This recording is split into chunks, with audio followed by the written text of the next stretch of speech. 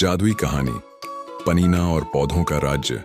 एक सुबह पनीना आईने के पास गई और बोली, आईना, आईना, मैं पौधों के राज्य में जाना चाहती हूँ। आईना हरी और सुनहरी रोशनी से चमक उठा और अचानक पनीना एक अद्भुत दुनिया में पहुंच गई। उसके चारों ओर जंगल, खेत और बगीचे फैले थे। पेड़ आसमान की ओर बढ़ रहे थे, फूल खिल रहे थे और घास हवा में धीरे धीरे झूम रही थी।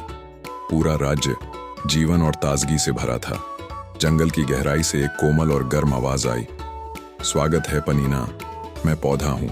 मैं धरती, जल, वायु और अग्नि को अपने भीतर समेटकर जीवन में बदलता हूं। पनीना बोली, तुम कितने सुंदर और जीवंत हो। तुम संसार को सांस और फल देते हो। आवाज ने उत्तर दिया, मैं तुझे भोजन देता हूं, तुझे प्राणवायु, ऑक्सीजन देता हूं, तुझे स्वस्थ करता हूं और धरती को सुंदर बनाता हूं। लेकिन जान लो, मैं तेरे भीतर भी जीवित हूं।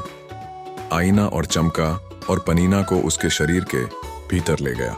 उसने देखा, उसकी नसें जड़ों और शाखाओं जैसी थीं। उसकी हर सांस पौधों की सांस से जुड़ी थी।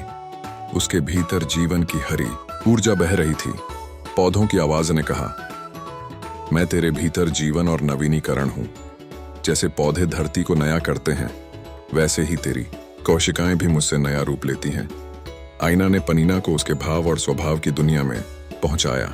आवाज बोली, मैं तुझे कोमलता, धैर्य और वृद्धि सिखाता हूं। जैसे एक बीज पेड़ बनता है, वैसे ही तेरे विचार और कर्म तेरी किस्मत बनते हैं। मैं तुझे सिखाता हूं कि अंधेरे में भी रोशनी की ओर बढ़ना है।